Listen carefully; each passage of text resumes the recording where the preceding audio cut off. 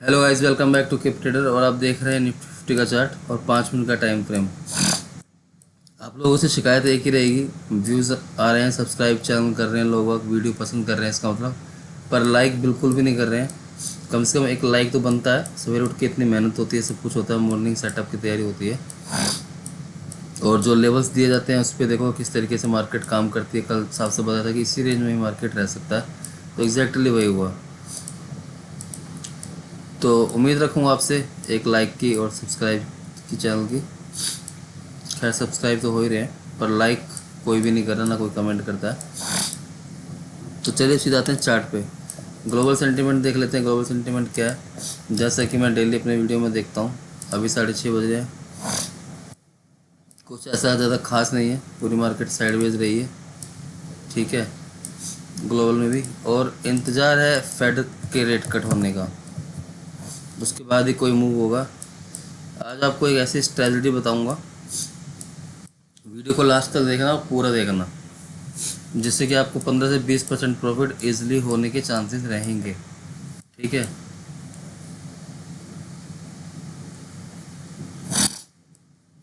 तो gift Nifty को भी देख लेते हैं हम यहाँ पर। हम गिफ्ट निफ्टी हमारा जो है ऑलमोस्ट 15 पॉइंट के पास ही है, फ्लैट है। गिफ्ट निफ्टी भी कुछ ऐसा, देखो मार्केट अब फेड कट के जैसे न्यूज़ है, तो मार्केट रहना एक रेंज बाउंड है आज की डेट में, ये अपने दिमाग में सही बात बिठा लेना। एक बार इंडिया विक्स भी देख लेते हैं, क्योंकि जब कोई इवेंट होता है तो इंडिया विक्स जो होता है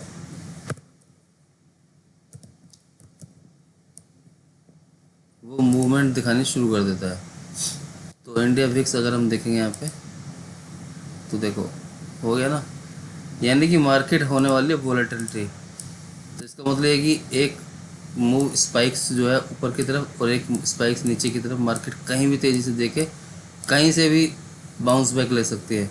चाहे वो अप साइड का मूव देके बाउंस बैक ले ले, चाहे डाउन साइड का मूव देके बाउंस बैक ले ले। तो इस चीज़ के लिए हमेशा तैयार है ना। सॉरी, इंडिया विक्स, हाँ इंडिया विक्स इंडेक्स, ठीक है। तो तैयार रहना, ऐसा होगा।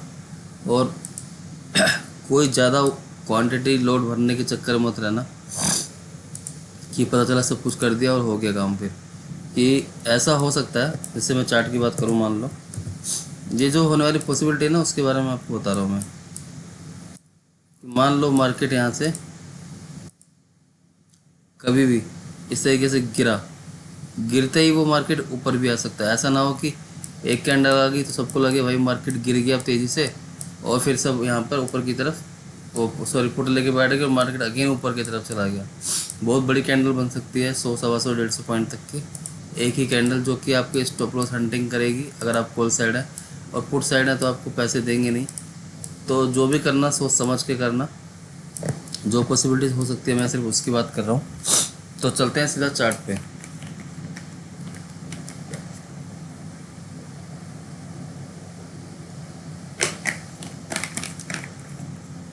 तो चार्ट काफ़ी स्ट्रॉन्ग है। 3 दिन से अगर हम चार्ट की बात करें तो मार्केट ने यहाँ पर होल्ड किया हुआ। एक दिन ये हो गया, दूसरा दिन इस तरीके से हो गया, और तीसरा दिन भी हमारा इस तरीके से हो गया होल्ड, ठीक है। तो ये कुछ लेवल्स हैं, ठीक है। और सबसे पहले चलो चलते हैं मंडे के टाइम फ्रेम पे समझते हैं, क्योंकि मेरे चैनल पे देखो, इस चैनल पे आपको सिर्फ क्या मिलेगा, प्राइस एक्शन की नॉलेज। तो मार्केट ने एक बुल रन दिया था थर्सडे को, और उसके बाद यहाँ पे कंटिन्यू होल्ड किया, और नीचे से हम देखेंगे एक डब्लू पैटर्न है। मैंने कल भी अपनी वीडियो में एक बात बोली थी, जिन्होंने देखा होगा तो उनको पता होगा कि अगर एक डब्लू पैटर्न है, ठीक है, तो यहाँ का नियम है कि एक बार इसको टेस्ट करने आना चाहिए। उसके बाद मार्केट को इस तरीके से प्राइस एक्शन बना के अगेन ऊपर की तरफ जाना चाहिए, क्योंकि प्राइस एक्शन तो ऐसे ही बनेगा ना। अगर हम अप साइड का मोमेंटम देख रहे हैं और अभी हम टॉप पर खड़े हुए हैं, बिल्कुल टॉप पर हैं, ठीक है। हो सकता है कि एक कैंडल कुछ इस तरीके से यहाँ पर अब खड़ी हो जाए, क्योंकि यहाँ पे एक पैटर्न हमारा कंप्लीट हो चुका है, जिसे हम फ्लैग पैटर्न या बुलिश पिनियन पैटर्न बोल सकते हैं। अगर रेजिस्टेंस पर, यानी कि अगर टॉप पर हमें बाइंग करनी है, तो हमें कंफर्मेशन करने के लिए, जो हम कंफर्मेशन करेंगे तो क्या कैसे करेंगे, कंफर्मेशन करेंगे तो एक बुलिश पैटर्न वहाँ पर बनना चाहिए, अदरवाइज़ मैं बाइंग बिल्कुल नहीं करूँगा। ये जो 3 दिन थे, मैंने आपको बाइंग के लिए एक दिन भी नहीं बोला कि मैं वो यहाँ पे कॉल साइड के फेवर में हूँ।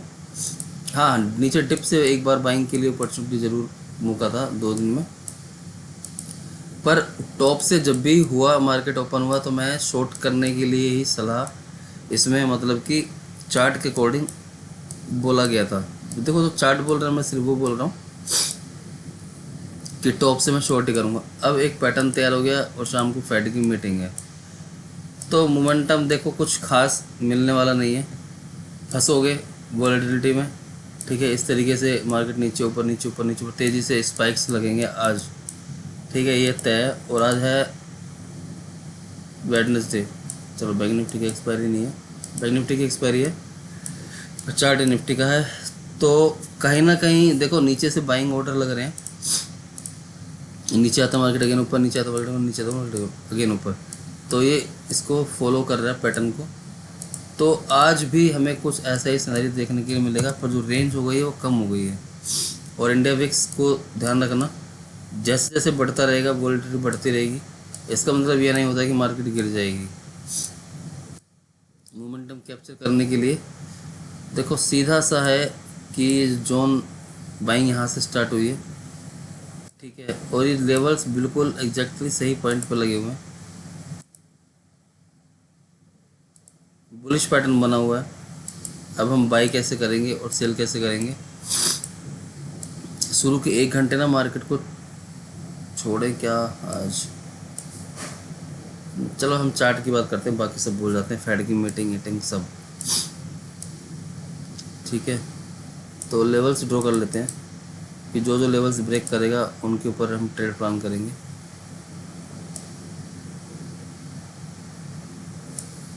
क्योंकि हमें सिर्फ टारगेट लेना है, वॉलेटिलिटी हो चाहे जो मर्जी हो, और उसके अलावा कुछ भी नहीं करना है। और टारगेट अपने 80 से 100 पॉइंट के बीच में रखेंगे तो बेस्ट रहेगा एकदम। देखो ये 400 पॉइंट की रैली थी, यहाँ पर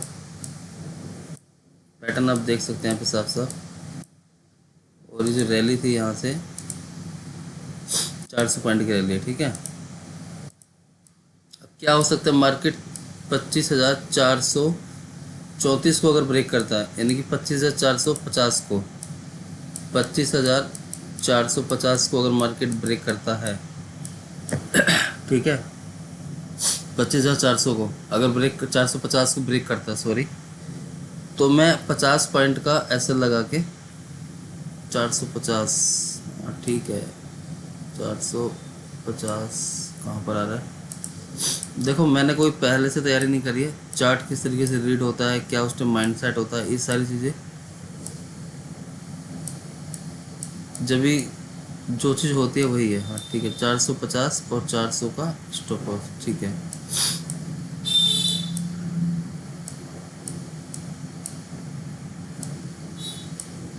चार सौ 450, 441 बिल्कुल सही है। अगर मार्केट किसी भी टाइम अप मूवमेंट दिखाता है, ऊपर की साइड निकलता है यहाँ से, तो मैं 25,450 को निकलने दूंगा, और उसके बाद मैं कोशिश करूंगा कि एक 50 पॉइंट का एसएल लगा के यहाँ पे, क्योंकि देखो टारगेट भी बड़े हैं 400 पॉइंट फिर लेने ही है, उससे पहले निकलना नहीं है, चाहे वो हमें 1 दिन में दे दे या हमें 2 दिन में दे दे। स्टॉप लॉस हमारा यही रहेगा। एक प्लान, देखो हर एक स्ट्रेटजी होती है, प्लान होता है कि चार्ट में किस तरीके से काम करना है। तो अप साइड में ट्रेंड ये होगा, जिस टाइम भी ब्रेक करेगा और वॉलेटिलिटी है तो बेहतर होगा कि बहुत ध्यान से करें ट्रेड। एसएल हंटिंग होगी आज ज़बरदस्त तरीके से होगी। और पुट साइड का ट्रेड मैं सिर्फ लूँगा कहाँ पर, 337 ब्रेक होने के बाद। 337 जब मेरा ब्रेक होगा तो नीचे का लेवल्स मेरा लगा हुआ है यहाँ पर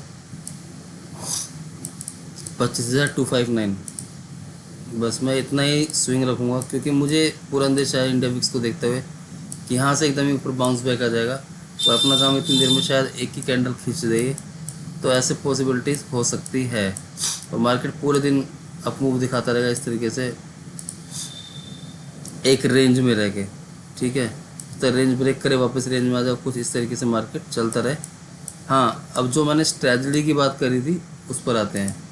स्ट्रेटजी ये रहेगी, आज क्या है, आज है वेडनेसडे, ठीक है, वेडनेसडे, ये सिर्फ आज के लिए ही, और इससे कोई लेना देना नहीं है। वेडनेसडे टाइमिंग होगी हमारी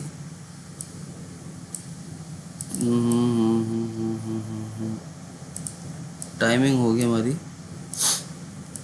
3:10 से और 3:25-30 जहाँ भी आपको मिले, ठीक है। 25-30 मिनट कर लेते हैं, 30 मिनट 29 मिनट कर लेते हैं, ठीक है। इस टाइम पर हम क्या करेंगे, सेंसेक्स के अंदर, ध्यान से सुनिएगा, सेंसेक्स के अंदर एक सीई और एक पीई का एटीएम बनाएंगे, ठीक है। एटीएम को यानी कि बाइंग करेंगे, ठीक है। ये स्ट्रेटजी है, मेरी बैक टेस्टिंग है इसके ऊपर, और मैंने काफ़ी अच्छा इस के ऊपर किया हुआ। तो इसमें ईज़िली हमें क्या होता है कि 10% का प्रॉफिट हमें ईज़िली हमें देखने के लिए मिलता है, ठीक है। ये मेरी बैक टेस्टिंग है, आप लोग एक बार ज़रूर देखिएगा और ख़ुद भी बैक टेस्ट कीजिएगा। तो 10% का रिटर्न पाने का सबसे आसान तरीका यही है, स्ट्रेटजी। और स्ट्रेटजी के बारे में और भी जानना तो चैनल को सब्सक्राइब और वीडियो को लाइक और कमेंट जरूर कीजिएगा। तो इस एक्सपायरी का मैं एक्सप्लेन करूँगा कि एक्सपायरी कब, कहाँ और कैसे बनती है और क्यों बनती है। तो ठीक है, सेंसेक्स का एटीएम उठाएंगे और उसमें क्या होगा, 3:10 और 3:25 का टाइम रहेगा बीच में इनके। तो 3:10 भी मत कीजिए, 3:15 ही कर लीजिए, 3:15, ठीक है। तो 3:15 से देखो, वीडियो मिस मत करना, ये सब चेंजेस होते रहेंगे, मिस किया तो सब कुछ ख़त्म यहाँ पर और कुछ भी नहीं है। तो सी और पी जब भी हमें यहाँ पे, मान लो फॉर एग्ज़ाम्पल के लिए, सेंसेक्स का सी है 60 रुपये का और ये है 80, और पी है 80 रुपये का, ठीक है। इन दोनों में 20 रुपये का फ़र्क होगा तो चल जाएगा। 20 रुपये का फ़र्क रेटों में किसी भी साइड, ये चाहे ये 80 का हो या चाहे ये 60 का हो, फॉर एग्ज़ाम्पल के लिए, यानी कि प्राइस में दोनों का 20 रुपये का फ़र्क है, तो हम अपनी पोजीशन इसमें बना सकते हैं। और अगर सेम टू सेम मिल जाए, जैसे कि 60, टाइमिंग यही होगी, ऐसा ना हो कि 3 बजे के टाइम पे हमें यहाँ पे 60 रुपये और 60 रुपये मिल रहा है तो हम लेके बैठ गए, ऐसा बिल्कुल भी नहीं करना है, ठीक है। 3:15 से 3:29-30 तक का टाइम रहेगा, तो इससे पहले हमें नहीं करना है, इससे पहले बिल्कुल भी नहीं करना। 3:15 से पहले अपने दिमाग में बात बिठा लीजिए, चाहे रेट बराबर मिले चाहे जो मर्जी मिले, बिल्कुल कोई छेड़छाड़ नहीं करनी है। तो क्या होगा फिर, हमें यहाँ पे बाइंग कर लेना है, ठीक है। और कल जब भी हमें 10% का प्रॉफिट मिले तो अपनी पोजीशन चुपचाप एग्जिट कर सकते हैं। ये एक स्ट्रेटजी है जिसको मैंने बैक टेस्टिंग करी और काफ़ी अच्छी है। तो चलिए, अगर सब कुछ ठीक लगे तो फिर से बोलूँगा, लाइक और सब्सक्राइब और कमेंट जरूर कर देना। तो आई होप वीडियो आपको पसंद आया होगा, और वीडियो पसंद है वीडियो को लाइक और चैनल को subscribe. Thank you so much.